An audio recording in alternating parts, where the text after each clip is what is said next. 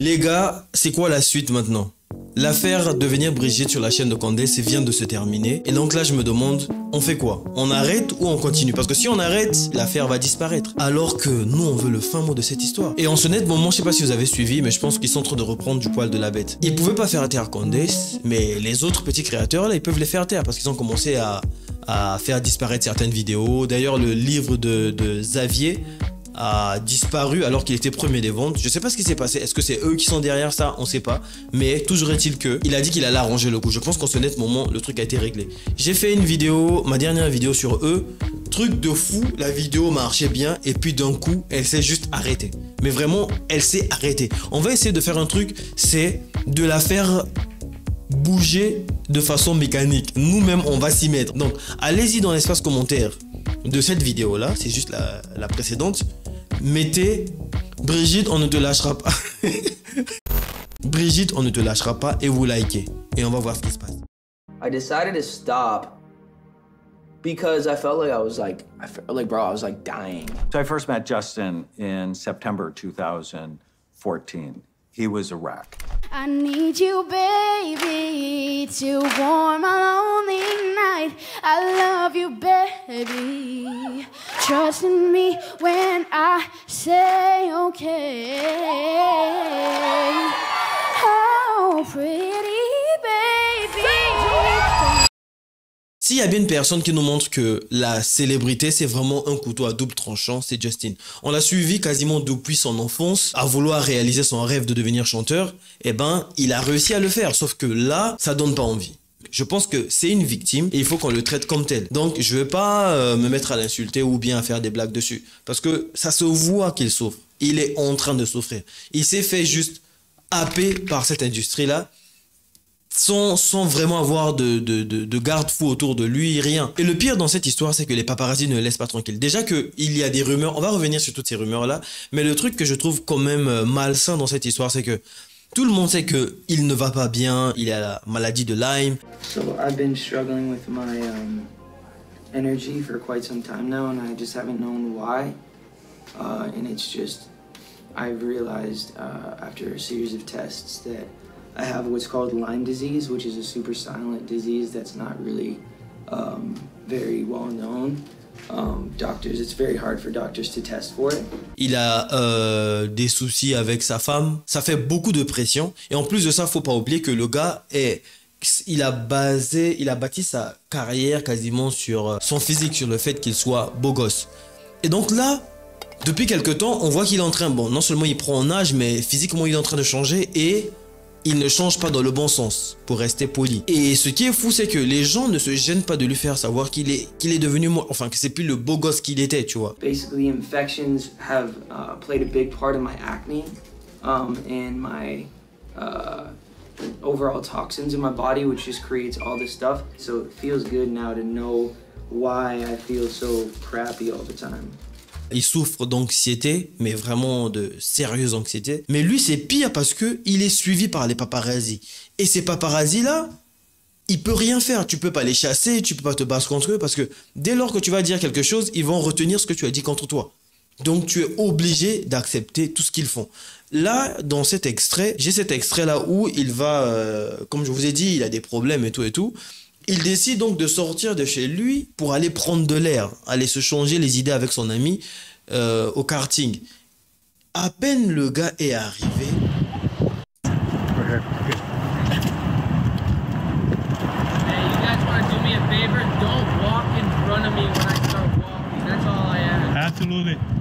Les gars, si vous pouvez me faire une faveur, s'il vous plaît, ne marchez pas devant moi, c'est tout ce que je vous demande. Quand je vais sortir de ma voiture, venez pas devant pour me prendre des photos.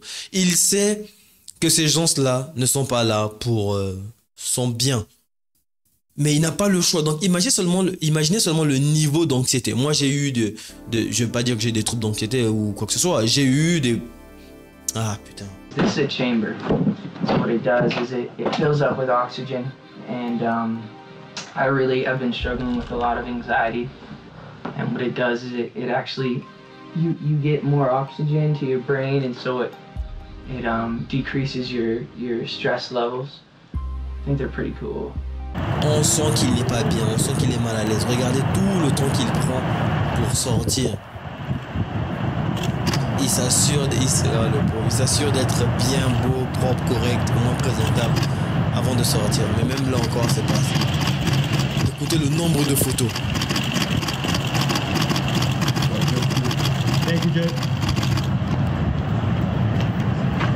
Écoutez le nombre de photos qu'ils ont fait. Pourtant, il a été sympa avec eux. Hein. Ils disent Justin qui a l'air ébouriffé, avec une barbe hirsute. La traduction a peut-être pété un plomb, je sais pas ce que veut dire ce mot. Et encore visiblement maigre, profite d'une journée au NBA Race pour faire la course avec son ami. Il en est à un niveau de célébrité où même son corps ne l'appartient pas. Si il perd du poids, il faut qu'il s'explique. Qu'est-ce qui ne va pas? Pourquoi tu as perdu du poids? Si il y a quelque chose, il faut... On peut pas vivre comme ça. Là, par exemple, il y a cette vidéo où il pète littéralement un plan parce qu'on lui a juste dit merci. Justin Bieber recently had a run-in with paparazzi. Listen to what he tells them. Thank you, JB, bro. Why'd you thank me? Because you're the best, bro. Thank disrespectful when you thank me because I'm not asking you to be here. You know what I mean? Okay, brother. But I'm just saying thank you for everything you do for us. J'ai oublié qu'il y a des gens qui parlent pas anglais. Bref, le gars lui dit merci et il dit pourquoi tu me remercies? Juste fais tes photos et laisse-moi tranquille. Ne me remercie pas. Et le gars lui dit je te dis merci non pas pour les photos que tu m'as laissé prendre de toi, mais plutôt pour l'entièreté de ta carrière, ce que tu as fait de bien. Et il dit j'ai pas besoin que tu me remercies. That's what I'm saying. I don't want you to be here. Je veux pas que tu sois là. Thank me, it's disrespectful. Just take your pictures and let me do my thing. Okay, brother. When you thank me, it's disrespectful. I'm not thanking you for the picture. I'm thanks for everything you do for us. Don't thank me for everything, okay? Okay. Appreciate that. Justin Bieber recently had a Ne me remercie pas pour ce que j'ai fait. C'est irrespectueux. Il veut juste la paix, il veut qu'on le foute, qu'on le laisse tranquille. Et le pire, c'est que même là encore, ils vont utiliser ça contre lui pour le casser les couilles. Et le pire dans cette histoire, c'est qu'on connaît ce qui se passe lorsqu'il faut gérer ce genre de stress. Et les gens sont étonnés qu'il fasse n'importe quoi. C'est normalement contre ces genres de paparazzi-là que les fans devaient s'insurger pour qu'ils aient la paix finalement. Pour revenir à ces problèmes conjugaux, il y a des rumeurs qui disent que ça ne va pas avec sa copine parce que on l'a plusieurs fois vu à des dates avec des gars, sans Justin. Et il y a de ça quelques temps, il l'a unfollow de Instagram. Non seulement il a unfollow Hailey Bieber, il a aussi unfollow plusieurs personnes. Mais pour revenir sur le cas de Hailey, ça a duré qu'un jour parce que le lendemain, il a refollow. Vu que ça avait fait beaucoup de bruit, il a refollow et a dit que c'est quelqu'un qui avait piraté son portable et qu'il avait unfollow. Bon, cette excuse, vous la prenez comme vous voulez. Est-ce que vous y croyez ou pas du tout? Perso, j'ai un doute. Quel intérêt de prendre le portable de Justin et de unfollow sa femme? Ça n'a aucun sens. Tu peux te faire des sous avec son compte, mais pourquoi aller unfollow? Ah, le poteau est vraiment dans une situation compliquée. Si ça ne tenait qu'à moi, vu la relation que nous avons établie depuis tant d'années, j'aurais arrêté de vous dire, les gars, likez et abonnez-vous. Parce que vous me soutenez, vous faites ça généralement. Sauf que très souvent, malgré votre bonne foi, vous oubliez de le faire. Donc les gars, oubliez pas de le faire. Hormis sa femme qu'il a unfollow, il a unfollow Benny Blanco, alors que c'est un gars avec qui il a quasiment commencé sa carrière. Ils sont amis depuis 2015 ou 2017, quelque chose comme ça. Et la question que moi j'ai envie de vous poser, c'est si vous êtes très proche de quelqu'un, de votre ami, je parle des meilleurs amis, hein, des gars qui sont vraiment proches de vous, et que du jour au lendemain, ton pote commence à traîner beaucoup avec ton ex, tu fais quoi? Pour les filles, si par exemple votre meilleur ami décide de traîner avec votre ex, c'est pas genre ex comme il y en a, voilà, des ex. C'est genre votre premier amour. Vous faites quoi? Le premier amour, c'est quelque chose de précieux. Et votre meilleur ami commence à faire des avances à votre premier amour. Et quelque temps après, il épouse votre premier amour. Vous faites quoi? J'attends ça dans l'espace commentaire. En tout cas, Justin, lui, on a eu marre. Il a bloqué Benny Blanco, qui était censé être son pote. Il a aussi, entre autres, bloqué Usher, qui est quasiment son tuteur. Hein. Et il a aussi bloqué Didi. Didi, c'est mérité, on comprend. Mais juste, je me dis, là, il a réussi à quasiment, on va dire, effacer ces personnes-là. Bon, il a effacé sur Instagram. En gros, il les a effacés de son esprit, de sa vie.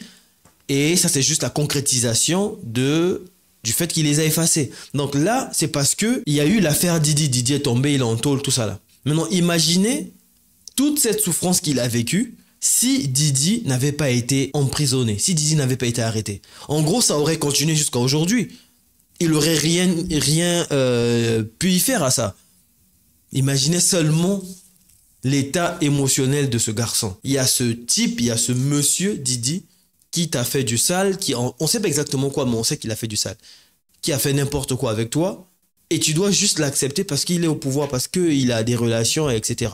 Pour revenir sur cet épisode dans lequel il a vécu l'enfer dans l'industrie de la musique, ça reste un enfant du business, ça reste un enfant de l'industrie, donc il a monétisé cette expérience-là. Il a fait une espèce de documentaire en collaboration avec YouTube dans lequel il parlait justement de ce qui s'était passé. Et je pense que l'histoire va se répéter avec cette fois-ci cette même histoire de Didi et tout le buzz que ça a engendré. Beaucoup se demandent mais pourquoi il ne parle pas? Je pense que étant un enfant justement de l'industrie, il essaie de capitaliser ça avec un nouvel album. Vu ce qu'il a vécu et ce qu'il est en train de traverser, je pense qu'on devrait avoir beaucoup de compassion pour lui. Certes, les images sont choquantes, mais il faut quand même doser. Parce que, oubliez pas ce qui s'est passé avec Liam. En apparence, il avait l'air heureux, tout avait l'air d'aller bien pour lui, mais il s'est ôté la vie, donc on espère que ça va pas arriver à Justin. D'ailleurs, son état inquiète tellement les gens que beaucoup pensent que il s'est remis justement aux drogues dures. Selon son équipe, les principales priorités de Justin Bieber tournent autour du soutien de sa famille, du maintien de sa santé et de la création musicale. Bon, après, son équipe, c'est pas vraiment des gens à qui on peut faire confiance. Il dit ensuite, les spéculations en cours concernant la santé mentale et physique de Bieber sont épuisantes et pitoyables. À noter qu'il semble y avoir une détermination à propager des récits négatifs malgré la réalité. Le chanteur a récemment fait l'objet d'une attention particulière après avoir été photographié à New York plus tôt ce mois-ci, avec les yeux rouges et des cernes, ce qui a suscité des spéculations en ligne sur sa consommation de drogue. Cependant, des sources proches de Bieber ont précisé à TMZ qu'il avait enregistré de la musique toute la nuit et n'avait pas dormi, ce qui a contribué à son apparition. De plus, il avait passé une partie de la soirée à s'occuper de son fils qui éprouvait des troubles du sommeil. Donc, les cernes que vous avez vues, le visage transformé de Justin que vous avez vu, c'est parce qu'il dort pas assez et aussi que son fils ne fait pas ses nuits. Alors, vu que c'est ça la raison, comment explique-t-on ce comportement assez étrange de Justin Bieber?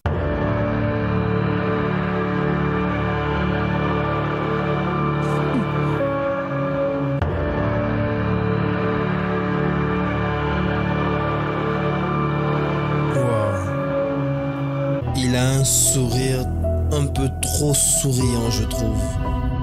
Ça sourit un peu trop, beaucoup, exagérément. Je sais pas si il est sous substance, mais une chose est sûre, c'est que pour sourire comme ça, il faut vraiment être déconnecté de sa bouche. Parce que là, vraiment, c'est comme s'il disait à son cerveau, ok, souris. Là, on a l'air bizarre, mais il faut qu'on sourie pour être plus normal. Souris, souris. Sauf que sa bouche est déjà en train de sourire, mais lui, il n'est pas au courant qu'elle est... C'est ces mouvements qui sont assez bizarres, la façon dont il se gratte. Ah,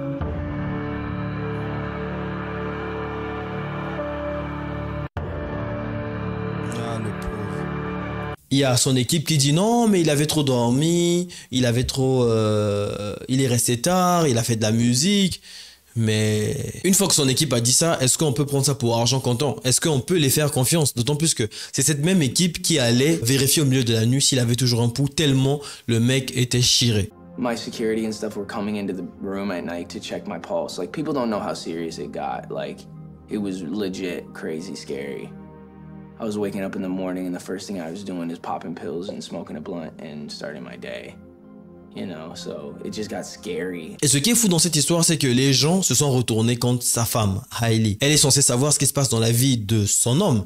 Pourquoi accepte-t-elle de le sortir comme ça? Elle sait qu'il va pas bien.